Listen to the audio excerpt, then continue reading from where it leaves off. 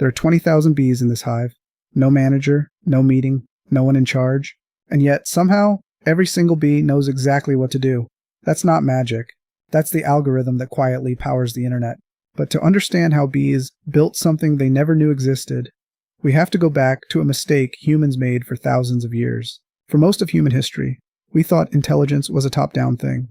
A king gives orders, soldiers follow. A brain sends signals, a body moves. The smarter the leader, the better the system. That was the assumption. It made sense. Every powerful thing we built had a center, a capital city, a headquarters, a main server. Remove the center, and the whole thing collapses. So naturally, when engineers started designing communication networks in the 20th century, they built them the same way. One hub, everything connects through it. Clean, logical, and completely fragile. Meanwhile, scientists were watching bees, and bees were doing something that should have been impossible. A colony needs food, so it sends out scouts in every direction. When a scout finds a good flower patch, it flies back to the hive and does something strange. It dances, not randomly. The angle of the dance points toward the flowers. The duration tells other bees how far away it is. The intensity signals how good the source is. It's a language built entirely out of movement. But here's where it gets interesting. Multiple scouts return at the same time. Each one found a different patch. Each one starts dancing for their location. Now the hive has a problem. Which patch do they send workers to? Nobody votes. Nobody decides. Instead, other bees watch the dances. The best dance, the most energetic, the most convincing, attracts more followers. Those followers visit the patch, come back, and add their own dance to the same location. The signal gets stronger. The weaker dances slowly die out until the entire hive agrees on the best option. With no one ever in charge, scientists called this swarm intelligence, and it broke everything they thought they knew about decision-making. Meanwhile, on the other side of the planet, engineers had a problem. It was the 1960s. The American military needed a communication network that couldn't be destroyed. Every network they designed had the same fatal flaw. It had a center, one main hub that everything connected through. Cut that hub, and the whole network dies. They needed something resilient, something with no center at all. Sound familiar? A researcher named Larry Roberts started designing what would become ARPANET, the direct ancestor of the internet. The core idea was radical. Instead of routing information through one central point, break it into small packets. Let each packet find its own way through the network. If one path is blocked, find another.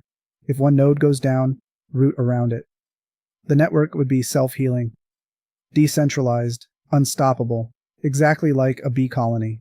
Roberts didn't copy bees directly, but the logic was identical. No single point of failure, no central authority, just simple rules followed by many small parts, producing intelligent behavior at the scale of the whole system. Then in the 1990s, researchers made it explicit. Marco Dorigo, a computer scientist, was watching ants. Ants find food the same way bees do, through distributed searching. But he noticed something specific. When ants walk, they leave behind a chemical trail called a pheromone. Other ants follow the trail. The more ants that use a path, the stronger the trail gets. Shorter, faster paths get traveled more, so they get stronger faster, until every ant in the colony is automatically using the most efficient route.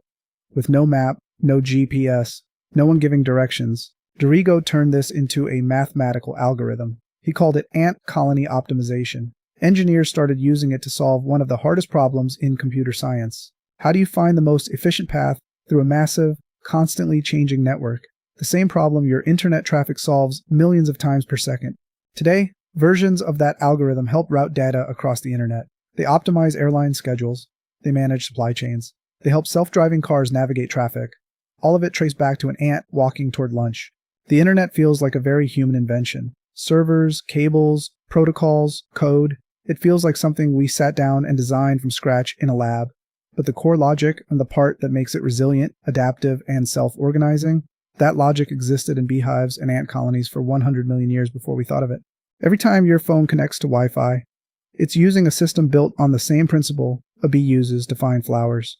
Distribute the decision, trust the network, let the best signal win. We didn't invent decentralized intelligence.